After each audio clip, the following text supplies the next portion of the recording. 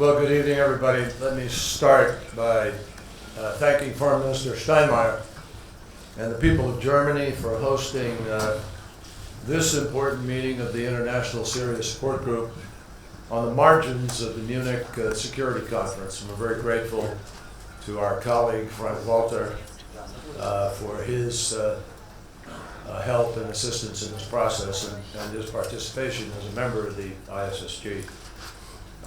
Also want to thank all the member countries that understood the importance of our meeting here today. Foreign Minister Wang Yi flew all the way from China.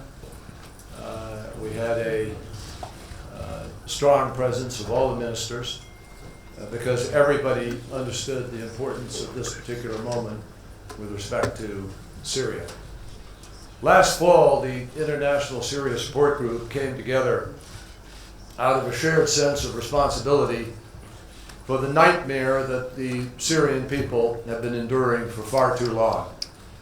And in December, we agreed on a set of commitments, unanimously endorsed by the UN Security Council, aimed at bringing an end to the war. Obviously, it's been difficult. Everybody understands that.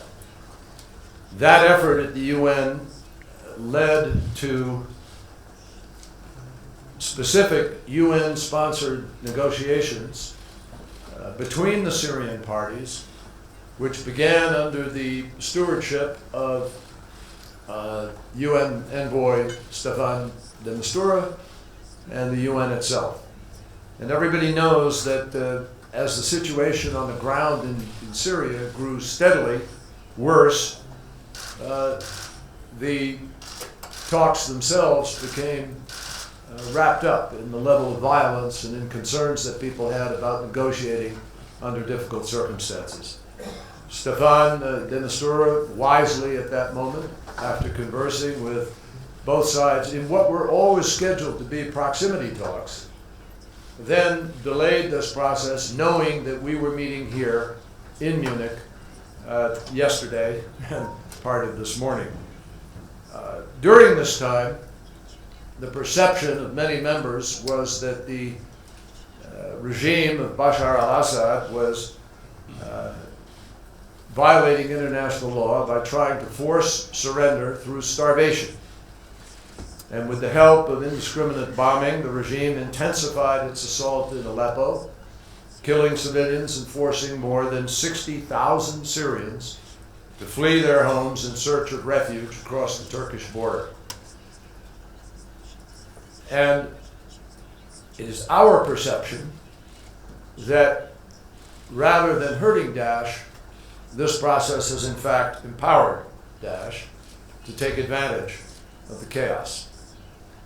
UN Special Envoy de Mistura, who convened those talks, agreed that we should come here to Munich in order to allow the ISSG nations and the parties themselves to try to make the necessary progress to bring about humanitarian access that is urgently needed on the ground and in trying to implement a ceasefire on both sides.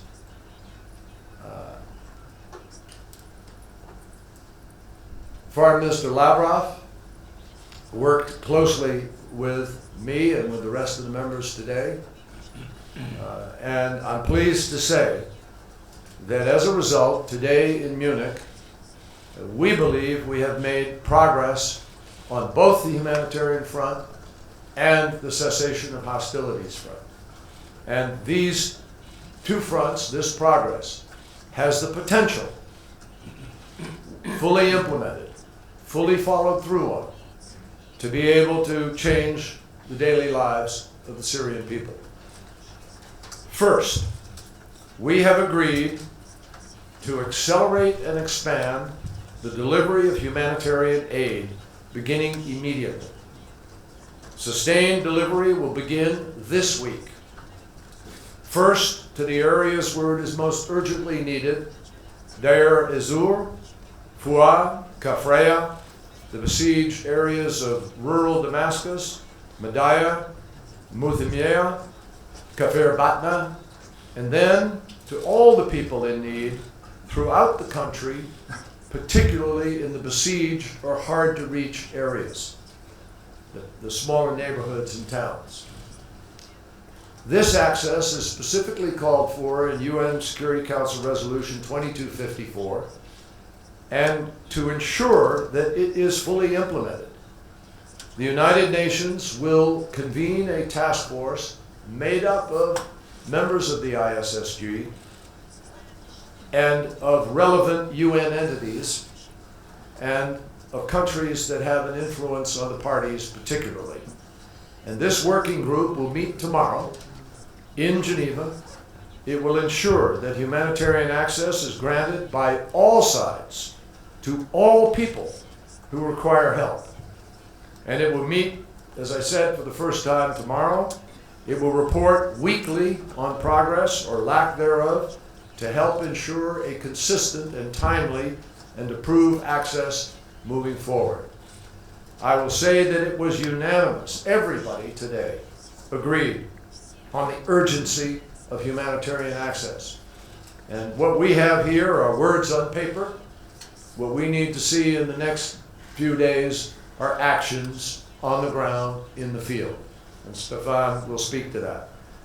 In addition, the ISSG members will work together with the Syrian parties to ensure the immediate approval and the completion of all pending UN access requests. As everybody knows, there have been about 114 of them, only 13 or so, 14 approved, and that has to change. Second, we have agreed to implement a nationwide cessation of hostilities to begin in a target of 1 week's time. That's ambitious, but everybody is determined to move as rapidly as possible to try to achieve this. This will apply to any and all parties in Syria, with the exception of the terrorist organizations Daesh and al-Nusra, and any other terrorist organization designated by the Security Council. To that end, we have also established a task force under the auspices of the UN and co-chaired by Russia and the United States. And over the coming week, this group will work to develop the modalities for a long-term, comprehensive, and durable cessation of violence, of hostilities. We will begin to exercise our influence by the commitment of every country at the table immediately for a significant reduction in violence as we work towards the full cessation of hostilities. Now, I want to underscore, putting an end to the violence and the bloodshed is obviously essential, as is providing Syrians who are starving the humanitarian aid that they desperately need. But ultimately, the end of this conflict will only come when the parties agree on a plan for a political transition in accordance with the Geneva Communique of 2012. And we have no illusions about how difficult that is. No one here is, following some pipe dream in this effort. People fully understand that compromise will be necessary, that it will be essential to resolve very tough issues that are outstanding. But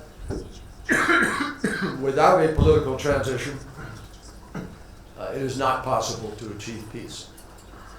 Today, all ISSG members agree that the Geneva talks should resume as soon as possible, and they should resume in strict compliance with UN Security Council Resolution 2254. And the ISSG also pledges, all of us, to take every single measure we can to facilitate progress within the negotiations. In December, we agreed on a 6-month time frame for the political transition process. And today, we reaffirmed our commitment to that timeline. We approach this, I think, with a uniform belief that the killing and the starvation of innocent people needs to end as soon as possible. Now, obviously, just in closing, I'll say, our hard work is obviously far from over. But our work today, while it has produced commitments on paper. I want to restate, the real test is clearly whether or not all the parties honor those commitments and implement them in reality. What I've said again and again is we cannot guarantee success in the outcome. What the diplomatic process can guarantee is that we exhaust the possibilities of diplomacy and that we make every best effort to try to produce a platform on which the parties themselves can determine their future. That is what we're trying to do here. The longer this conflict persists, the better it is for extremists. The more people like Daesh profit. And they have found a safe haven in war-torn Syria, and we are determined that we're going to continue and upgrade and increase our efforts to degrade and destroy Daesh as fast as possible. I am hopeful that the progress we're making here will be real, that we'll be able to see this reduction in violence, which everybody accepted as a fundamental organizing principle of this effort, and that within this week we can get the modalities secured for the cooperation necessary to be able to produce a ceasefire. We also agreed in the ISSG that there's no way to institute a ceasefire effectively, and no way to produce the access we want for humanitarian assistance without all of the ISSG members working with Russia and others in an effort to guarantee that the access is provided and that the cessation of hostilities actually takes hold.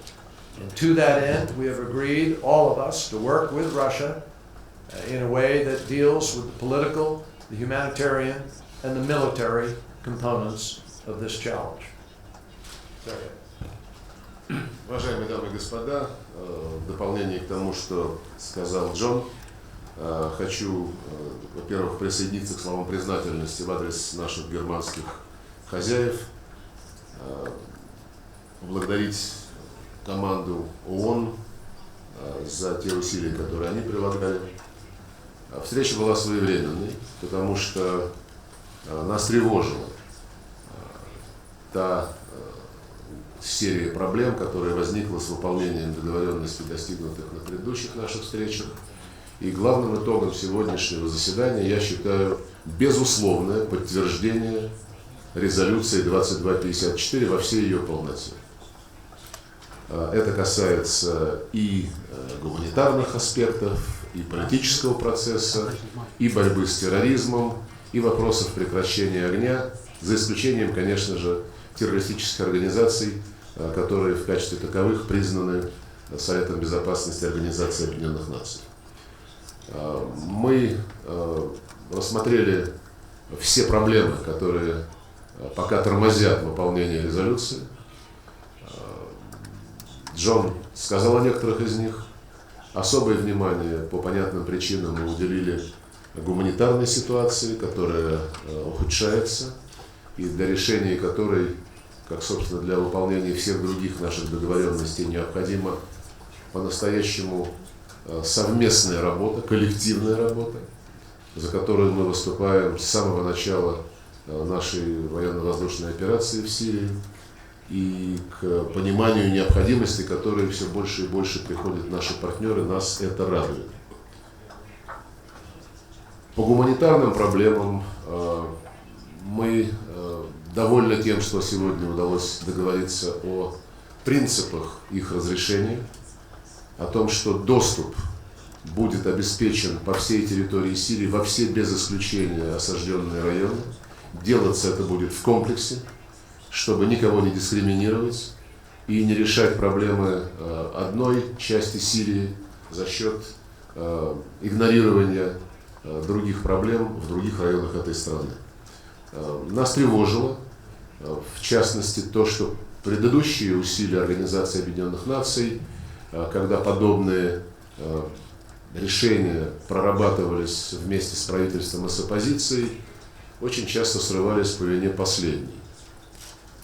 Вот Джон упоминал Мадаю, Фуа, Кафрая. По этим 3 населенным пунктам ООН очень долго и тщательно вместе с Международным комитетом Красного Креста работала, чтобы синхронно обеспечить доставку гуманитарной помощи в каждый из них. Естественно, правительство отвечало за то, чтобы сделать это в отношении Мадаи. Оппозиция обещала раскрыть путь для гуманитарных поставок в Фуа и Кафраю. В прошлом месяце правительство свою часть обязательств выполнило, оппозиция от своих обещаний отказалась. И ООН, и Международный комитет Красного Креста вынуждены были сделать соответствующие заявления с осуждением подобных отходов от договоренностей. Теперь, когда мы записали необходимость комплексного решения всех этих проблем, я надеюсь, что и у оппозиции, и у тех, кто контролирует ее различные группы, не будет больше причин для того, чтобы отлынивать от своих обязательств. Мы, как сказал Джон, договорились создать целевую группу. Она встретится уже завтра в Женеве и будет работать регулярно под сопредседательством России и Соединенных Штатов с участием экспертов. И цель этой группы – помогать Организации Объединенных Наций, другим гуманитарным агентствам выполнять их обязательства перед гражданским населением. Разработан механизм, который позволит объективно рассматривать возникающие сложности и находить быстрое решение соответствующих ситуаций. Мы будем, как и записано в сегодняшних документах, работать с правительством, работать с другими оппозиционными группировками, которые имеют контакты с нами, и рассчитываем, что и Соединенные Штаты, и страны региона, другие участники Международной группы поддержки Сирии будут использовать свое влияние на соответствующие оппозиционные группы с тем, чтобы они в полной мере сотрудничали с Организацией Объединенных Наций. У нас есть общая решимость помочь облегчить страдания сирийского народа, и мы надеемся, что это будет сделано. Это особенно важно с учетом того, что некоторые из последних мероприятий по решению гуманитарных проблем в Сирии касались только беженцев и не затрагивали судьбу огромного количества внутренне перемещенных лиц. Поэтому у нас есть основания надеяться, что мы сегодня сделали полезное дело и что оно воплотится в практические дела. Мы приветствуем готовность Соединенных Штатов и ряда других стран присоединиться к операциям, которые российская сторона вместе с сирийским правительством проводит по десантированию гуманитарной помощи с самолетов в Дейр-эз-Зор, где самое большое количество гражданских лиц находится в осадном положении. Договорились также использовать парашютирование гуманитарной помощи и в отдельных других районах, где ситуация позволяет это сделать. Но основную часть усилий, конечно, придется прилагать на земле. Второе, что является важным достижением сегодняшней встречи, это вопросы прекращения огня и в качестве первого шага прекращения вооруженного противостояния. Это непростая задача. Слишком много игроков участвуют в военных действиях, и важно использовать уникальный потенциал Международной группы поддержки Сирии, который объединяет практически все страны, так или иначе влияющие на воюющие стороны на земле. Мы договорились за неделю подготовить модальности, которые будут определять режим прекращения вооруженных действий, исходя из того, что за это время и правительство Сирии, и оппозиционные группы смогут принять необходимые меры для подготовки к прекращению вооруженных действий, а модальности будут разрабатываться еще одной целевой группой, которую мы также сегодня создали, как сказал Джон, которая будет работать под сопредседательством также России и Соединенных Штатов Америки. В ее состав будут входить и дипломаты, и военные, без которых очень трудно решать практические вопросы. Модальности, которые предстоит разработать, важны.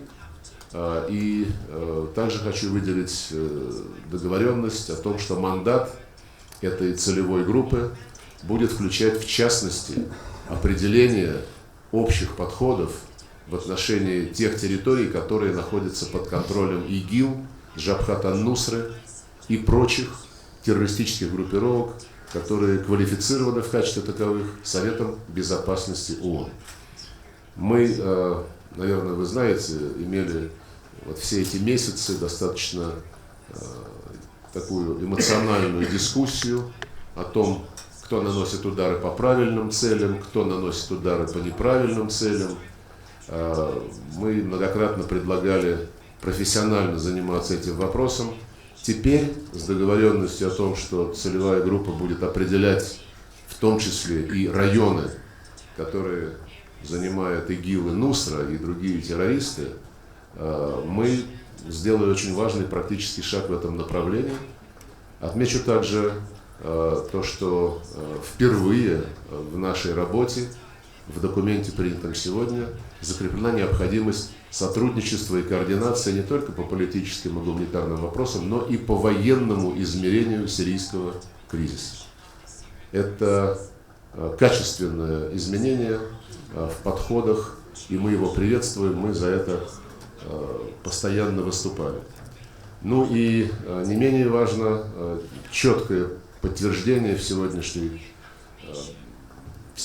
документе необходимости полностью выполнять резолюции Совета Безопасности, которые требуют прекратить потоки террористов, боевиков из иностранных государств, прекратить нелегальную торговлю нефтью и прочую контрабанду. И это важное напоминание, потому что резолюции Совета Безопасности необходимо выполнять в полном объеме. Подчеркнута и задача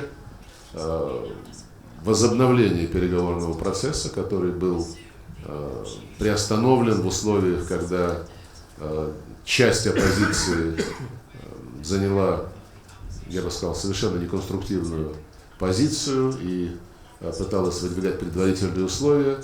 Мы записали, что переговоры должны возобновиться как можно скорее в строгом соответствии с резолюцией 2254, то есть без каких-либо ультиматумов, без каких-либо предварительных условий. И переговоры должны включать в себя широкий спектр оппозиционных сил. Как вы знаете, пока не все из реальных оппозиционеров, из отдельных групп сирийского населения получили приглашение на эти переговоры. Думаю, что Организация Объединенных Наций будет, как мы сегодня и подтвердили, строго руководствоваться принципами, закрепленными в резолюции 2254. И последнее, что я хочу сказать, это поддержать то, чем Джон завершил свое выступление, о том, что реальной проверкой на прочность всех наших действий будет наша способность уважать свои обязательства и выполнять то, о чем мы договорились. Это проблема, к сожалению, не только возникающая в контексте сирийского кризиса. Мы постоянно сталкиваемся с недоговороспособностью некоторых наших партнеров. Я уже упоминал о попытках переиначить резолюцию 2254. С аналогичными подходами мы сталкиваемся и когда рассматриваем, например, то, как выполняется резолюция Совета Безопасности, утвердившая комплекс мер по урегулированию украинского кризиса.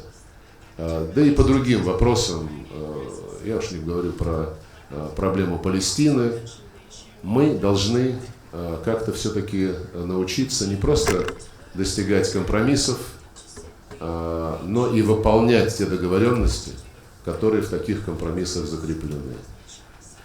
Когда происходит попытка, когда случаются попытки по достижению договоренности, начинать искать причины которые оправдывают невыполнение одной из сторон принятых решений, это не приносит пользу делу. И, повторю еще раз, полностью согласен с Джоном, что настоящим испытанием на прочность будет то, как мы выполним то, о чем сегодня договорились в полном объеме, а не только в тех компонентах, которые удобны кому-то одному или одной группе из числа участников Международной группы поддержки Сирии.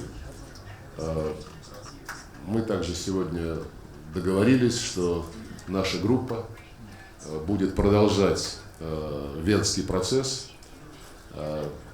Проблем меньше не становится.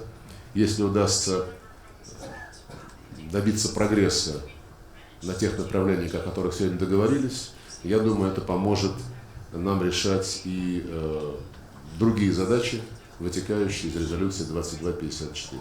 Спасибо. Okay, thank you very much, Stefan.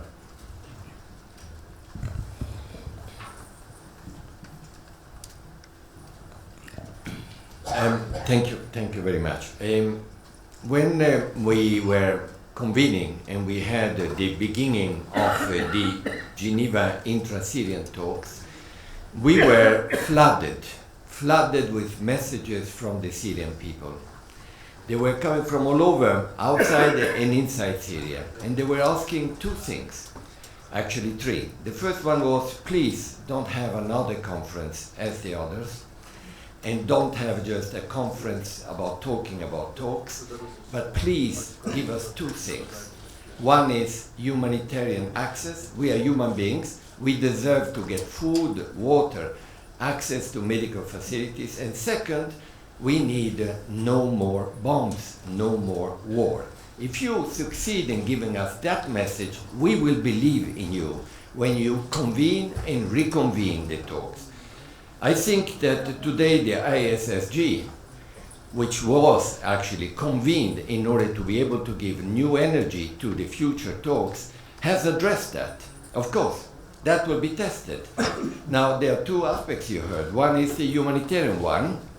You can see here, and you have a list, and you will see it everywhere now. This is the list of the areas and the people who are in need, and the numbers of them. Now, the ISSG has told the UN, you are in charge in launching this initiative with our support. We are going to do it tomorrow. We will have the first task force of ISSG, which means it's not meeting every 2 months now. There is having a constant convening possibility in order to test 7 locations. One of them, Deir ez-Zor, which can only be reached by airdropping. Others which have never been reached before. We will test it very soon, Monday, Tuesday, not later, and see whether in fact we will have problems, as we often have had, in order to reach places. If that is the case, we go back to you again. And we will go back to the ISSG and say, we are needing help in order to make it happen. The other area, of course, is the one you heard about cessation of hostilities. Not ceasefire, we're talking about cessation of hostility, which is easier in a way and much more effective in a way, because it requires just a decision. That is quite a challenge for doing it in such a short period, but that's exactly what people are asking. And we will be, of course, assisting, but that is something that the two convener countries are going to be committing themselves to make it happen. What I can say is that this is a good testing time. Are the Syrian people going to see these outcomes? Then they will believe in future conferences and they believe in their own future. And the ISSG has shown that they are ready to commit themselves. One point that probably we noticed, many had wondered whether there was tensions in the region that would not allow some countries perhaps to be part of it or not wanting to be part of it. We were able today to witness exactly the contrary. Saudi Arabia was there, Iran was there, everyone was there, and they were there determined to spend hours in order to discuss it. So, thank you. Stefan, thank you very much. We'll take 3 questions tonight. The first one from David Sanger, New York Times. Thank you very much. Thank you very much. first, a definitional issue. If any of you could just tell us a little more about how a ceasefire differs from the cessation of hostilities, I think we'd be appreciative. Mr. Secretary, the Russian airstrikes in the past few weeks, as you've mentioned, have strengthened President Assad and his allies. It's given them virtual control of Aleppo for the first time in 4 years. So if this cessation of hostilities and ultimately a ceasefire works, aren't you essentially freezing a situation that effectively gives Mr. Assad a good-sized rump Syrian state? Years after President Obama said that he had to leave office. And Mr. Lavrov, could you address the humanitarian agencies who are all saying that your airstrikes are killing civilians each day, and yet your own government's saying that they are not? Are the humanitarian agencies lying about this? So a ceasefire has a great many legal prerogatives and requirements. A cessation of hostilities does not, is not anticipated to, but in many ways they have a similar effect. A ceasefire, in the minds of many of the participants in this particular moment, connotes something far more permanent and far more reflective of sort of an end of conflict, if you will. And it is distinctly not that. This is a pause that is dependent on the process going forward, and therefore cessation of hostilities is a much more appropriate, apt term. But the effect of ending hostile actions, the effect of ending offensive actions and permitting only defensive actions that are a matter of self-defense is the same in that regard. I might comment also, and I think this is very important for everybody to understand. During this week, the Assad regime and the opposition need to make their decision. And both are engaged, going to be engaged in consultations. The International Syria Support Group took a different step this time from what has happened previously. In Vienna on 2 occasions and in New York, we called for a ceasefire. We encouraged people. Today, we specifically decided on a process, on a time frame, and we all agreed to do everything that we can to meet that.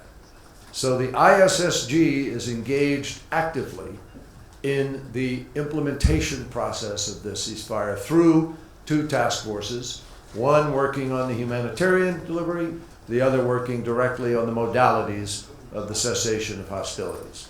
And we will work on that.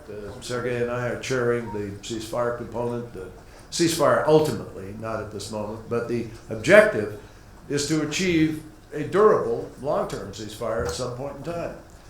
Now, that will only become possible if the parties themselves engage at the table in a genuine negotiation to implement what we have once again embraced, which is the Geneva process, the Geneva communique that calls for a transition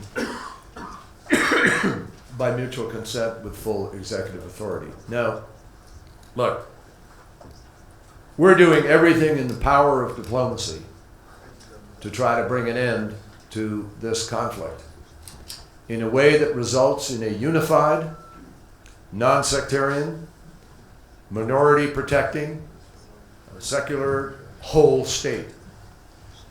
That's a complicated task.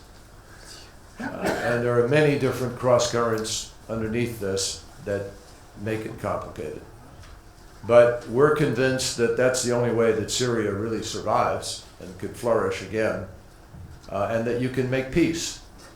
Obviously, there is a difference, which has to be worked out in the context of the negotiations regarding the future of Assad. And you have to be at the table to deal with that. It doesn't do any good for me to sit here or Sergei or other people that, go on and on about what he has or hasn't done, in the end, that's got to be resolved in the context of the negotiation or through some other leverage. With respect to freezing the current situation, if you will, in this sort of rump state, I disagree completely. Yes, it is true that the bombing of the last weeks and the aggressive actions of the Assad regime, together with the forces from other places and countries that have helped them, has made a difference for Assad. There is no question about that. But that difference doesn't end the war. That difference does not mean that Assad is secure or safe for the long term. It does not mean that Syria is free from the scourge of terrorist activity by Daesh and others, al-Nusra and others. And it does not mean that the war is able to end at any time in the foreseeable future. So while, yes, there are some advantages, they are not advantages that turn this on its ear. This is still a very complicated conflict with long-term implications, with increasing levels of violence, with increasing numbers of refugees, with increasing numbers of terrorists. And it is our belief that the more successful Assad is in securing territory against the opposition, the more successful he is in creating more terrorists who threaten the region. So we have a fundamental task ahead of us, which hopefully this process can shed some light on, as to how we are going to be able to resolve the conflict of one war, which is the war against Assad, and also resolve the other war, which is the war against the terrorists, and particularly Daesh. No small undertaking, but very much front and center in all of our thinking and in the political process that we are trying to create to find a peaceful resolution. Что касается вопроса, адресованного мне, насчет разницы между прекращением огня и прекращением враждебных действий, резолюция 2254 говорит только о прекращении огня. Этот термин не очень нравится некоторым участникам Международной группы поддержки Сирии. Это к теме о том, как надо выполнять то, о чем договаривались, и не пытаться каждый раз переделывать достигнутый консенсус с тем, чтобы достичь каких-то односторонних преимуществ. Мы согласились с этим, потому что четко записано, что это первый шаг на пути к прекращению огня. Джон объяснил, что разницы по большому счету не так много, но вот эта вот терминологическая игра, она из той же серии, что и заявление о существовании некого плана «Б», заявление о том, что пора готовить наземные войска. Это очень скользкая дорожка. Говорят, что это необходимо для того, чтобы ИГИЛ победить, но нет никаких сомнений, что это лишь приведет к обострению конфликта, тем более, что у многих стран, в том числе у Соединенных Штатов, проблема Асада, так называемая, по-прежнему остается в центре внимания, хотя мы четко записали в резолюции Совета Безопасности и повторили сегодня, что только сирийский народ будет решать судьбу Сирии. И процесс политический должен осуществляться на основе взаимного согласия правительства и всего спектра оппозиции. Мы говорили сегодня много об Алеппо. В наш адрес звучали обвинения, которые я не буду повторять, они звучат ежедневно. Вы упомянули о неких гуманитарных агентствах, которые, как вы сказали, каждый день говорят, что Россия убивает гражданских лиц. Я не слышал таких заявлений от гуманитарных агентств ООН, поэтому я не могу сказать, что они врут. Но кое-кто врет. Я знаю, что уважаемые издания, по-моему, не буду сейчас, боюсь ошибиться, но уважаемое издание из Великобритании, по-моему, брало интервью у Пан Ги Муна и опубликовало это интервью с нечистоплотными извращениями того, что он сказал. Он ни разу не упоминал Россию, призывал лишь к прекращению любых действий, которые ведут к страданию гражданского населения.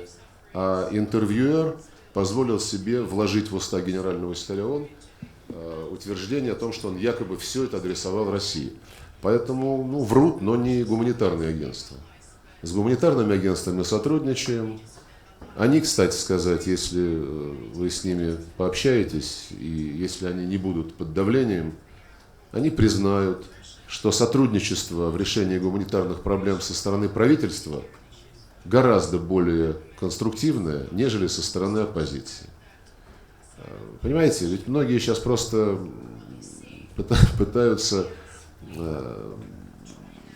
не создавать впечатление, что они находятся вне мейнстрима, который создается, к сожалению, в прессе, и стремится отвлечь внимание от того, что является главным для всех нас, а главным является не допустить того, чтобы ИГИЛ реализовала свои преступные планы, и все-таки пытаются опять все свести к смене режима. Как будто не было Ирака, как будто не было Ливии.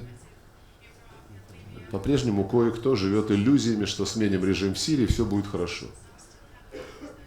Насчет Алеппо, Джон сказал, что его тревожит, как он выразился, последние агрессивные действия правительства. Если освобождение города, который заняли незаконные вооруженные формирования, можно квалифицировать как агрессия, наверное. Но наступать на тех, кто завоевал твою землю, необходимо.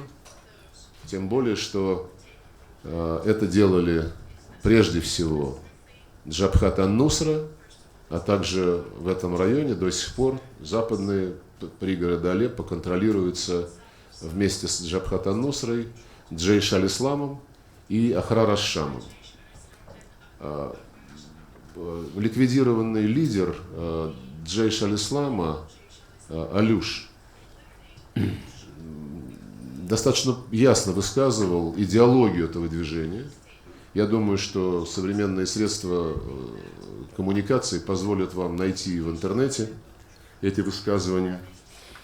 Он говорил, что нужно весь Левант очистить от нечисти, от грязи, как он сказал, имея в виду и прямо называя алавитов, которые, он, как он сказал, еще более неверные, чем евреи и христиане. И сказал, что его братьями являются бойцы Джабхат ан-Нусры, с которыми он воюет плечом к плечу против общих врагов. Вот такие ребята сейчас находятся вокруг Алеппо, по крайней мере, с западной стороны, с восточной правительственной силы при нашей помощи уже обеспечили разблокирование этого города. И по нашим данным, те, кто бежит из этого района, это боевики, которые спасаются. Ну и не забудем, что все те, кто находится вокруг Алеппо, и Джабхат ан-Нусра, и Ахрар аш-Шам, и Джейш аль-Ислам, и отдельные более умеренные группировки, все они снабжаются по одному маршруту из одной точки на территории Турции. Так что это тоже фактор нужно иметь в виду, поскольку резолюция Совета Безопасности 2254, вернее, резолюция 22, принятая до 2254, запрещает любые поставки, которые поддерживают террористические группировки. И вы, наверное, можете сделать вывод, что у нас с Джоном не все совпадает в оценках происходящего, и различия есть. Именно поэтому, еще раз скажу, что вот для прояснения этих вопросов, как и многих других вопросов, ключевым является налаживание прямых контактов не только по процедурам избежания инцидентов, но по сотрудничеству в Сирии между военными коалицией, которую возглавляют Соединенные Штаты, и военными Российской Федерации, которые работают в Сирии по приглашению законного правительства. Вот, наверное, из этого мы будем исходить. Повторю, у меня нет ни малейших сомнений, что если то, о чем сегодня мы договорились, а именно о том, что такие контакты между военными и сотрудничество между военными будет налажено, практические вопросы будут решаться эффективно, потому что просто заявлять голословно вот уже 5 месяцев о том, что мы делаем что-то не то, и категорически отказываться, садиться и смотреть с картами в руках на факты, это не подход, это пропаганда. Пропаганда была популярна в советское время в нашей стране. Мы сейчас, слава богу, от этого отказались, но видим многие проявления аналогичных тенденций в средствах массовой информации в других странах. Наверное, нужно с этим заканчивать, и вместо того, чтобы друг друга показывать пальцем каждый раз, понять, наконец, у нас есть общий враг. И все озабоченности своим имиджем накануне очередных выборов или просто в связи с какими-то внутриполитическими событиями в той или иной стране нужно отложить в сторону. И заниматься не геополитическими играми, а решением проблемы, которая стала по-настоящему экзистенциальной для человеческой цивилизации.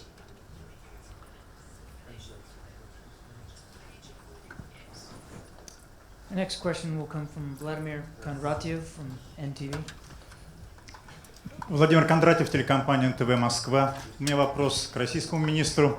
Сергей Викторович, будет ли продолжаться и в какой мере, если будет, операция воздушно-космических сил России в случае наступления перемирия, и повлияет ли вот достигнутая договоренность на объем этой операции? И вот вы сказали о контактах при создании целевой группы, которой надлежит под председательством Соединенных Штатов и России совместно определять районы применения военных действий. Означает это действительно вот переход к более тесной координации усилий военных на территории Сирии, которая до сих пор практически не имела места, хотя Россия выражала в этом свою заинтересованность. И вопрос госсекретарю: действительно вот это такая координация, это изменение позиции Соединенных Штатов в отношении России на сирийской территории? Насчет первой части вопроса в наших документах записано, и мы сказали об этом, перемирие не будет распространяться на ИГИЛ, Джабхат ан-Нусру и другие аффилированные с ними организации, которые признаны террористическими решением Совета Безопасности ООН. Поэтому наши воздушно-космические силы будут продолжать работать против этих организаций. Насчет целевой группы, которая создается для выработки модальностей и последующего наблюдения за соблюдением условий перемирия с участием военных. Да, я думаю, что это будет помогать эффективно решать многие вопросы и снимать недоразумения и недопонимания. Мы считаем это одним из наиболее важных результатов сегодняшней встречи.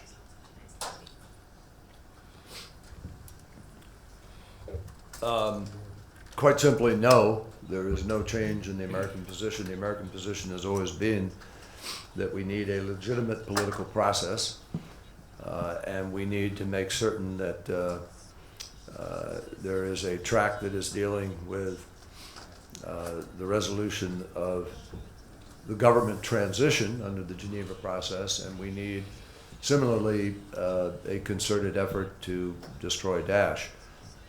The fact of the commitment now to a cessation of hostilities, as well as the full implementation of the UN Security Council Resolution 2254, which means full access for humanitarian assistance, mandates by common sense that if you're going to do that, you've got to be able to talk about the deployment of forces, the presence of people, who can go where, how they get there, and avoid conflict and coordinate, obviously, in ways that are effective for the achievement of the UN Security Council resolution.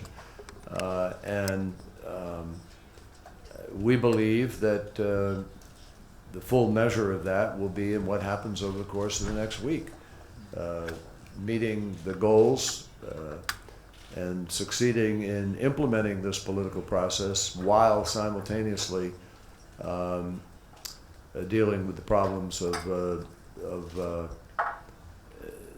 knowing what the various military factions and the various kinetic factions are doing on the ground so that one can be effective and safe. The final question tonight comes from Issam Ikrimawi from BBC Arabic. Mr. Kerry, you spoke about the implementation of you didn't call it ceasefire, but how much commitment have you got from Russia? Because we've seen over the last week or so, or 2 weeks, that the escalation in the air bombardment had led to the humanitarian crisis when you have about 60,000 refugees massing on the border with Turkey. So how much of a commitment has Russia given you that it will de-escalate its part in this conflict? That's the first question. The second part is about how much leverage does the United States have on some of its allies in the region in order to persuade some of these groups who are not considered terrorist organizations by the US to stop their participation in the hostilities?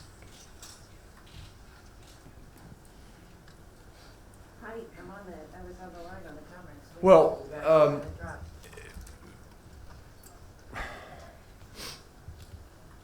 I think really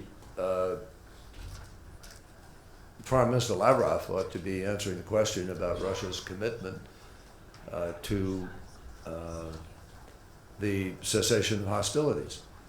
But I can just say that Russia said publicly at the first meeting of the ISSG in Vienna, and at the second meeting, and in New York, that Russia was prepared to implement a ceasefire.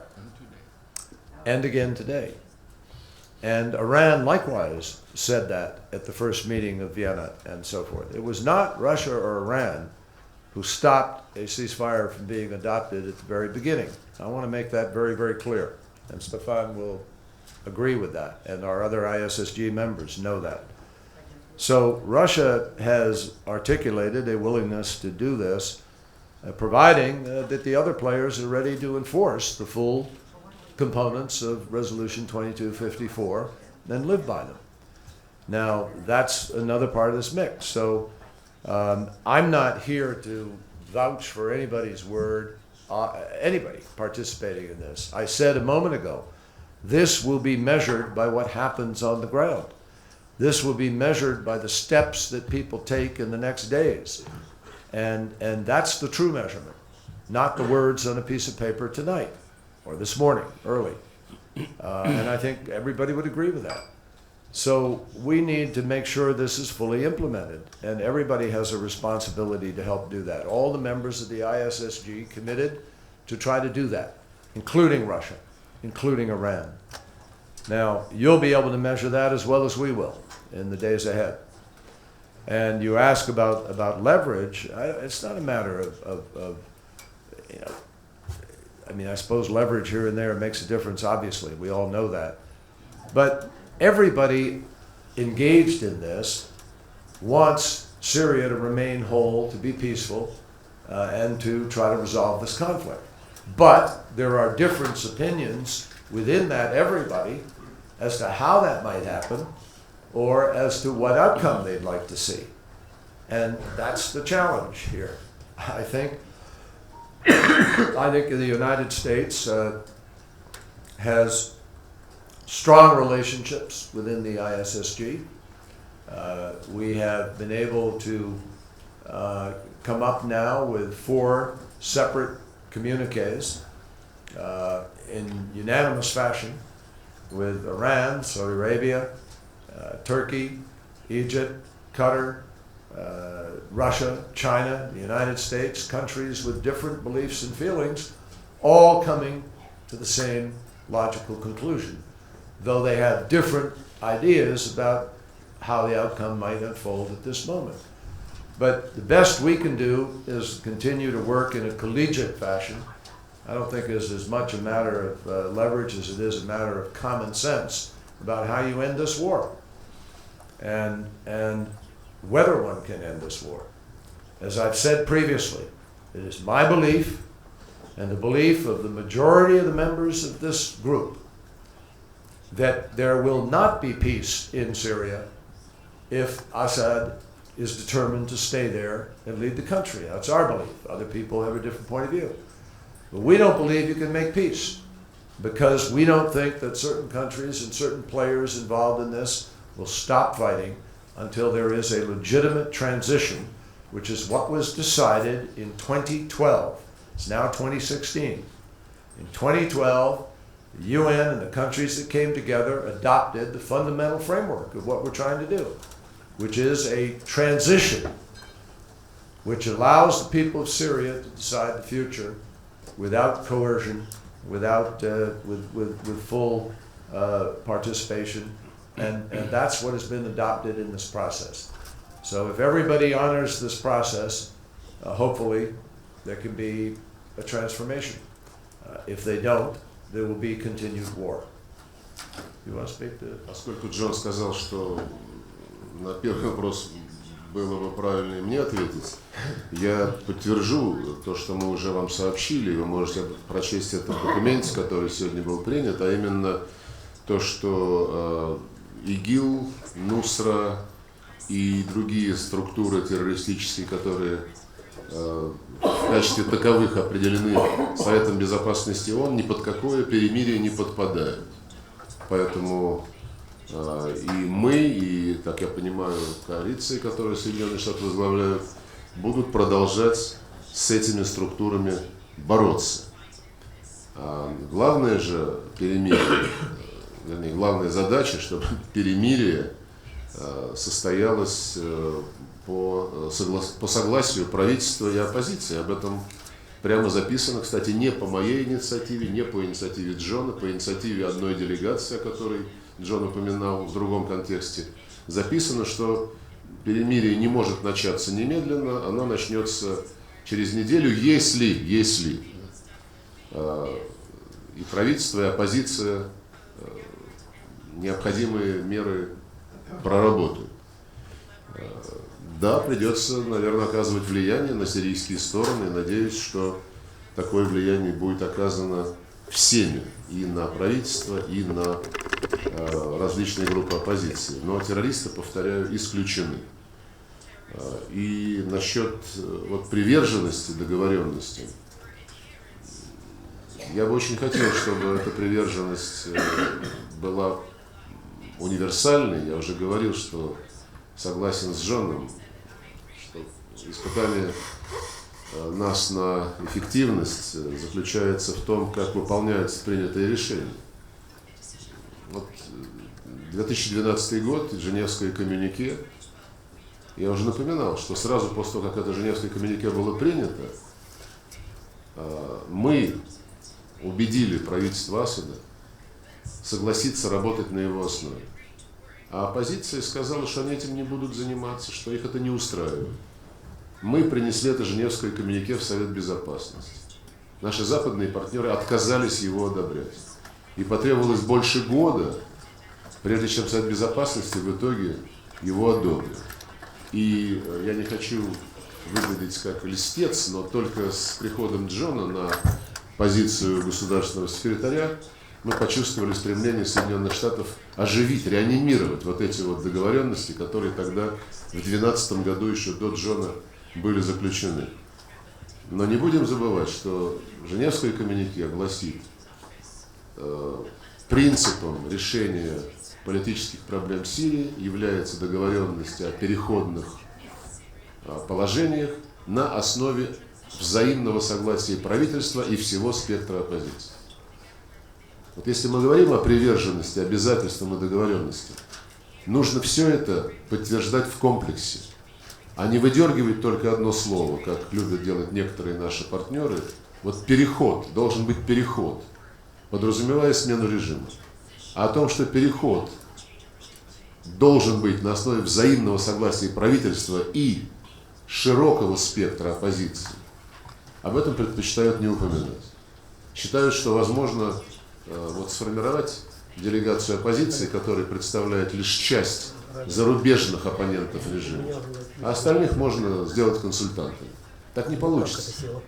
И я уверен, что тот недвусмысленный мандат, который содержится и в Женевском коммюнике, и в резолюции 2254, будет уважаем со стороны наших ООНовских коллег, которым принадлежит центральная роль в организации политического процесса. Thank you. That concludes tonight's press conference.